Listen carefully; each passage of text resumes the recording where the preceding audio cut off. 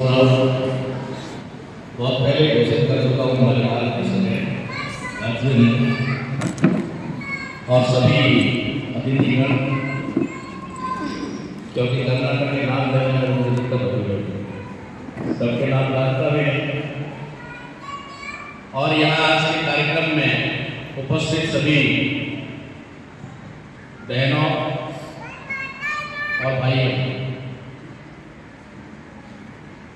जैसा कि सुबह से ही आप लोग यहाँ इस कार्यक्रम के लिए उपस्थित हैं और थोड़ा बहुत देरी तो खैर हो ही जाता है। मूल निवासी बहुजन समाज में तो यही होना स्वाभाविक है, लेकिन खास करके महिलाओं के कार्यक्रम में देरी होना तो बहुत ही जरूरी है। हमारे उधर तो कहते हैं कि अगर शादी ब्याह में भी महिलाएं कार्यक्रम को अगर लेट ना करें, कई बार तो इतना लेट हो जाता है कि तारीख ही निकल जाती है, दूसरी तारीख में शादी होती है। लेकिन फिर भी जिस तरीके से आप लोगों की उपस्थिति और आप लोगों का अनुशासन और ये प्यार देख करके मुझे लगा कि मैं मेरे महापुरुषों के बनाए हुए रास्ते पर, मुझे उमा मैडम ने बताया और साहब से पहले परिचय हुआ था 2 साल 2.5 साल से कि कांसीराम साहब यहाँ आया करते थे। तो कांसीराम साहब ने जो रास्ता बनाया, उस रास्ते पर या उस रास्ते की वजह से मुझे भी आप लोगों के बीच में आने का अवसर मिला। हिंदी समझ में आ रहा ना? नहीं आ रहा? थोड़ा थोड़ा भी नहीं। अरे अभी तो मोबाइल का जमाना है, थोड़ा बहुत तो शायद हो सकता होगा, लेकिन कुछ माताओं को बड़ी तकलीफ हो रही होगी, तो पता नहीं चलता। तो ये उन महापुरुषों का बनाया हुआ रास्ता है, जिस रास्ते को माननीय डी गोपाल साहब ने और यहाँ पर उमा मैडम ने जिस तरीके से संजोए रखा, और आज हम लोगों को भी इस रास्ते पर चलने का मौका मिला। आज का कार्यक्रम बहुत ही सटीक उद्देश्य के लिए रखा गया है। सिर्फ लोगों को इकट्ठा करना और करके कार्यक्रम कर लेना, एक इवेंट कर लेना, ये उद्देश्य नहीं है। यहाँ जिस तरीके से फैशन और सेशन के लिए सब्जेक्ट निर्धारित किए गए, बहुत ही बहुत महत्वपूर्ण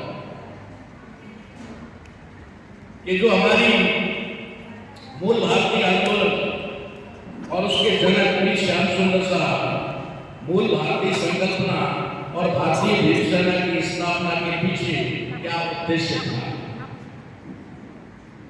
महापुरुष जो होते हैं वे कोई महान काम करते हैं तब महापुरुष होते हैं, बिना महान काम किए कोई महापुरुष नहीं होता।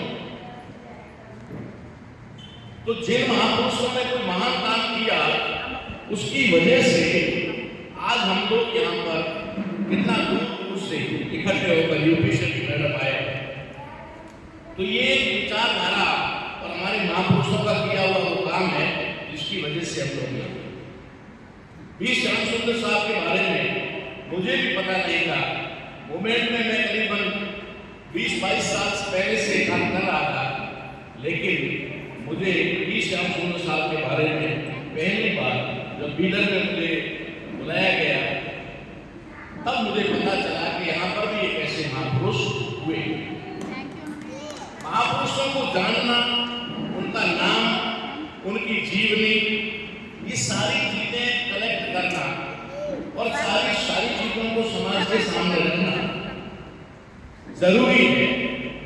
लेकिन महत्वपूर्ण क्या है, इंपोर्टेंट क्या है?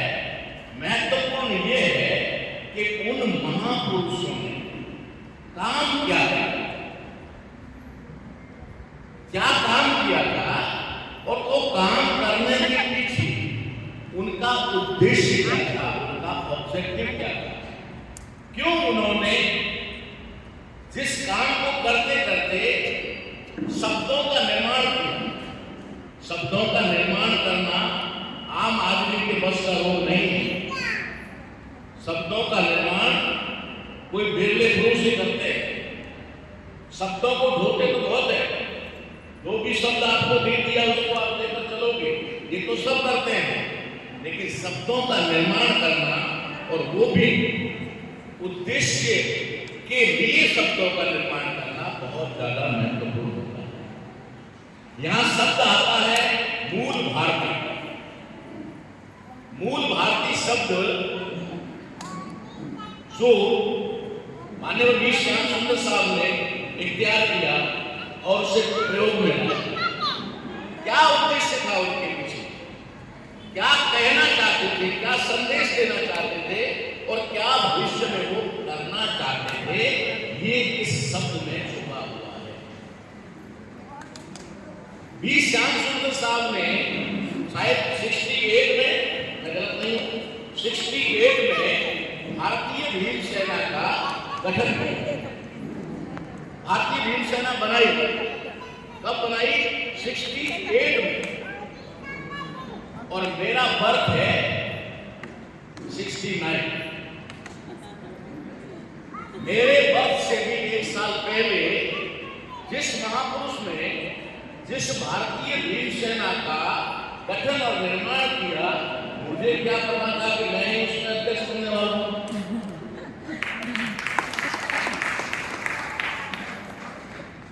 मुझे ये अवसर मिलेगा, मुझे ये अपॉर्चुनिटी मिलेगी कि मेरे बर्थ से, जन्म से पहले किसी महापुरुष ने जो संगठन बनाया, उस संगठन का भी मुझे राष्ट्रीय अध्यक्ष नेशनल प्रेसिडेंट बनने का मुझे मौका मिलेगा। ये शायद कल्पना से भी बहुत बड़ी बात है, कोई सोच भी नहीं सकता अपने जीवन में। तो उस समय जिस महापुरुष ने वो संगठन बनाया और नाम रखा भारतीय भीम सेना, इधर कॉन्सेप्ट दिया, कॉन्सेप्ट क्या दिया? मूल भारतीय कॉन्सेप्ट और भारतीय भीम सेना का गठन किया। उस समय वो हमारा पुरखा क्या सोच रहा था, वी श्याम सुंदर साहब उस समय क्या सोच रहे थे, ये बात जब मुझे समझ में आई, जब मैं पहली बार बिदर में आया, तो हमारे संगठन के बहुत ही सीनियर वरिष्ठ साथी को उस समय राष्ट्रीय अध्यक्ष घोषित किया गया और हमारे वरिष्ठ लोगों के द्वारा उनको भारतीय भीम सेना का झंडा थमाया, उनको झंडा दिया गया। मैं देख रहा था, क्योंकि तब तक मैं मंच के माध्यम से वी श्याम सुंदर साहब के बारे में जान चुका था, इसलिए मैंने उस मंच पर से जो उस समय के अध्यक्ष बनाए गए उनको झंडा दिया गया और मैंने एजेंडा दिया। मैंने कहा मुझे झंडा नहीं, एजेंडा चाहिए। मैंने वी श्याम सुंदर साहब का एजेंडा दिया कि क्यों उनको दक्षिण का शेर कहते थे, और उसी दिन मैंने घोषणा कर दी कि मात्र शेर ही नहीं, वो दक्षिण के अम्बेडकर। तो साथियों, हमें समझना ये है कि किसी महापुरुष की फोटो लगा दी, तस्वीर लगा करके उसको सम्मान दे दिया, उसके सामने कैंडल जला दिया या फूल अर्पित कर दिए, इससे हमारी जिम्मेदारी संपूर्ण पूरी नहीं होती। हमारी जिम्मेदारी किसी महापुरुष के बारे में जानने और पढ़ने के बाद में और ज्यादा बढ़ जाती है। हमारी जिम्मेदारी बढ़ जाती है। मैं वी श्याम सुंदर साहब के बारे में नहीं कह रहा, मैंने अब तक मेरे जीवन में जो भी महापुरुष मेरे सामने आए हैं और उसके बाद जो हमने नई खोज की है, उसके मुताबिक अब तक 101 महापुरुषों की खोज कर चुके हैं।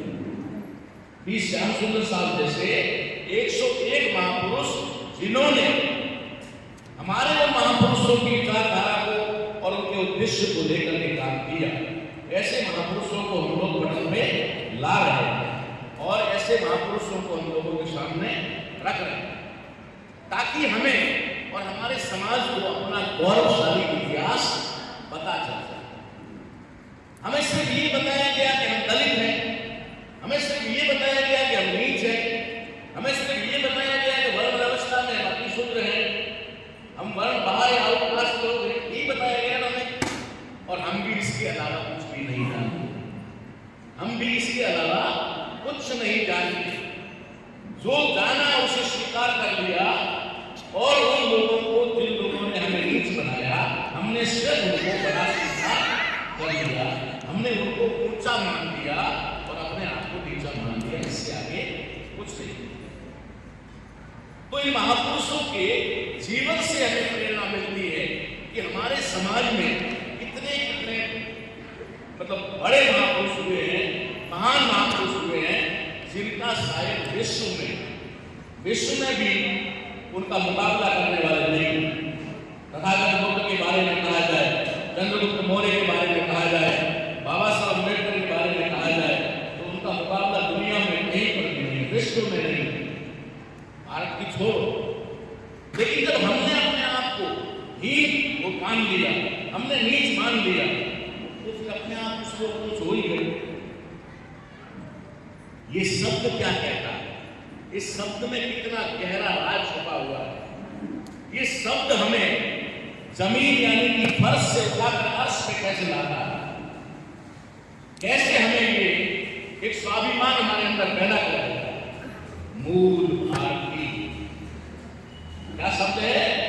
मूल भारती, यानी इस भारत के मूल निवासी, इस भारत के मूल वंशी, इस भारत के आदिवासी।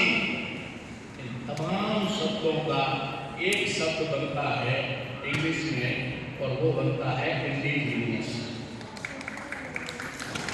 इंडिजीनियस, आप पानी लिख दो, जल लिख दो, तोय लिख दो, नीर लिख दो, और भी 8-10 शब्द सारे लिख दो, और उसके आगे अंग्रेजी में लिखो तो क्या लिखोगे? Only water, only water. चाहे नीर कह दो, तोय कह दो, पानी कह दो, जल कह दो, कुछ भी कह दो, इंग्लिश में कहेंगे वाटर। तो हम चाहे मूल भारतीय कह दें, हम चाहे मूल निवासी कह दें, हम चाहे आदिवासी कह दें, हम चाहे मूल वंशी कह दें, अर्थ एक ही निकलेगा, वो निकलेगा इंडिजीनियस पीपल। हम भारत के मूल वंशी हैं, हम भारत के मूल निवासी हैं। ये शब्द भी श्याम सुंदर साहब को कहना पड़ा और उसे प्रचलन में लाना पड़ा। तो इसके पीछे रहस्य क्या है, राज क्या है, इसके पीछे छुपा हुआ मामला क्या है, वो क्या कहना चाहते हैं? मूल भारतीय शब्द लेकर क्या कहना चाहते हैं? वो कहना ये चाहते हैं कि भारत में इंडिजीनियस पीपल तो है ही, इसके अलावा 2 वर्ग है भारत में, एक इंडिजीनियस पीपल ऑफ इंडिया और दूसरा non indigenous people in India. Non indigenous people in India और दूसरे हैं इंडिजीनियस पीपल ऑफ इंडिया। तो भी श्याम सुंदर साहब क्या कह रहे हैं? वो कह रहे हैं मूल भारतीय, यानी भारत के इंडिजीनियस पीपल, तुम इस देश के, तुम भारत के आदि अनादि काल से मालिक हो, तुम इस देश के मूल मालिक हो। और कुछ लोगों ने तुम्हें बाहर से आकर के नई पहचान दे दी है, चाहे वो पहचान शूद्र हो, अछूत हो, अनटचेबल हो, चाहे वो क्या कह सकते हैं अति शूद्र हो। ऐसे बहुत सारे शब्द बना करके आपको नई पहचान दे दी गई, लेकिन आप लोग भारत के मूलवंशी हो। इतना बड़ा शब्द उस महापुरुष ने जो सोचा, उसके बारे में हमारे किसी व्यक्ति ने कल्पना की होगी, ठीक है ना, कह दिया होगा हमारा समझने चला, इसलिए हम भी चला रहे, लेकिन उसको समझना कितना है।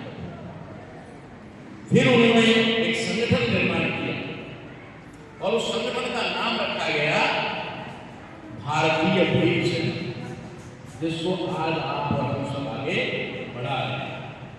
तकरीबन 55 साल बाद में हम इसको आज आगे बढ़ाने का काम कर रहे हैं। तो ये जो भारतीय भीम सेना, खाली भीम सेना नहीं बना सकते थे, भारतीय सेना नहीं बना सकते थे, या आज जैसे नई नई सेनाएं बन रही है जैसे कोई भी सेना बना सकते थे। क्यों उन्होंने इस संगठन का नाम रखा भारतीय भीम सेना? यानी कि वो कहना ये चाहते हैं कि जो ऑर्गेनाइजेशन मैं बना रहा हूं इसमें सिर्फ भारतीय लोग ही इन्वॉल्व होंगे, यानी नॉन इंडिजीनियस इसमें नहीं होंगे। Only indigenous people of India ये इस ऑर्गेनाइजेशन को चलाएंगे, नॉन इंडिजीनियस इसमें एंट्री भी नहीं कर सकते। इसलिए उन्होंने नाम रखा भारतीय भीम सेना। बाबा साहब अम्बेडकर के आदर्श थे, इसलिए उन्होंने बाबा साहब का नाम रखा भीम सेना, बाबा साहब के नाम से। लेकिन पहले डाला उन्होंने भारतीय भीम सेना। महापुरुषों की बहुत सारी बातें हम लोगों को समझने में बहुत ज्यादा दिमाग लगाना पड़ता है। ये तो बच्चों का खेल नहीं, हर किसी के समझ में आ जाए। हम प्रस्तावना तो पढ़ते हैं और प्रस्तावना की पहली लाइन तो पढ़ते हम भारत के लोग, हम पढ़ते हैं हम भारत के लोग, लेकिन हम समझते ही नहीं हम भारत के लोग। पढ़ते तो है ना मैडम, लेकिन समझते नहीं कि हम भारत के लोग। What is the meaning of हम भारत के लोग, we the people of India? इसका मतलब क्या है? बाबा साहब अम्बेडकर क्या कहना चाहते हैं? बाबा साहब अम्बेडकर ने कहा we the people of India, हम भारत के लोग। वहां पर भी एक राज छुपा हुआ है, बहुत बड़ा राज छुपा हुआ है कि जब संविधान की प्रस्तावना शुरू कर दी थी उस समय जब देखा जब कुछ लोगों ने कहा आराम से कष्ट से, उसने कहा कि अल्लाह से, किसी ने कह दिया वाहिगुरु से, अलग अलग बात थी सबकी। लेकिन बाबा साहब अम्बेडकर ने सवाल किया सदन से, पूरी जो कॉन्स्टिट्यूशन असेंबली थी उससे सवाल किया, पूछा ये संविधान लिख किसके लिए, ये संविधान बन किसके लिए रहा है? तब सामने से आवाज आई कि ये भारत के लोगों के लिए बन रहा है। किसके लिए बन रहा है? भारत के लोगों के लिए बन रहा है। तो बाबा साहब अम्बेडकर ने कहा कि we the people of India, यानी वहां भी वो मूल भारतीय की ही बात कर रहे हैं कि जो संविधान लिखा गया है ये संविधान भारत के लोगों के लिए लिखा गया है, न कि नॉन इंडिजीनियस यानी कि बाहर के लोगों के लिए। बाहर के लोगों का तो पहले से ही संविधान था। बाहर के लोगों का जो भारत के नहीं है, भारत में जो विदेशी हैं, जो नॉन इंडिजीनियस हैं, उनका तो ऑलरेडी कॉन्स्टिट्यूशन था, ऑलरेडी था, जिनको मनुस्मृतियां कहा जाता है।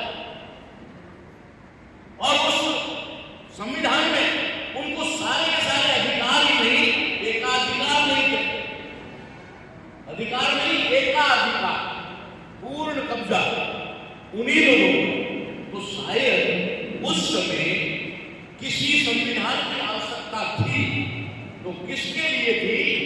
भारत के इंडिजीनियस पीपल के लिए थी, न कि उन लोगों के लिए जो भारत से बाहर के लोग हैं, उनके लिए नहीं।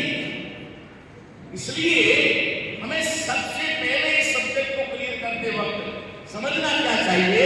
हमें समझना ये है कि सबसे महत्वपूर्ण बात कि इस देश के अंदर दो तरह के लोग, बस इतना समझ लोगे आपका बहुत सारा ही नहीं कह रहा 99% आपका मसला हल हो जाएगा, आपकी समस्या का समाधान हो जाएगा। 99% 1% बचेगा।